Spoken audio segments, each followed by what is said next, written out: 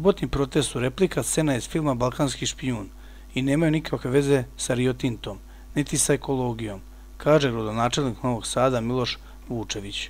Dodaje i da je u glavnom gradu Vojvodine bilo više incidenata kao i konstantnog spinovanja da neko drugi napada i pravi incidente. Oni koji su zaista bili nasilni i ugrožavali druge su praktično proglašeni za neke hrabre ljude. Na jednom portalu sam pročitao da ovaj što je prebijen oprašta onima koji su ga tukli, pa će opet doći sa njima. Kao scena iz filma Balkanski špijun. Kad je ti lepo da priznaš, pa će tebi i Đura oprostiti što te je tukao. Ne možete da verujete, ne znate da li sanjate, ali ne, ovo je java, rekao je Vučević.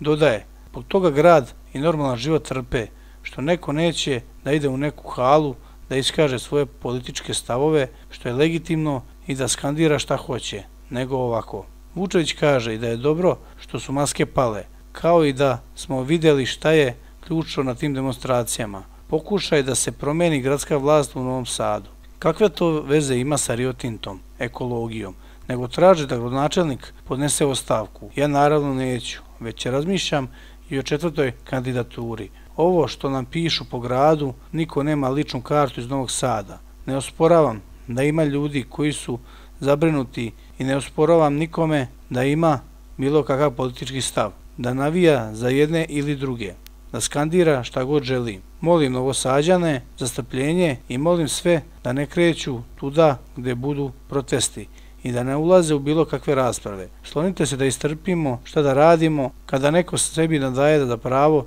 da zaustavlja život u gradu, rekao je Vučević. Kako je dodao, jedino u Novom Sadu je bilo da se posle to završi sa razbijanjem prostorija neke političke stranke, opet i onda javno slikanje sa otetim zastavama te političke stranke. Pitanje za tužilaštvo je da li će odgovarati ti koji su razbili ili ćemo opet čuti da tu nema dela.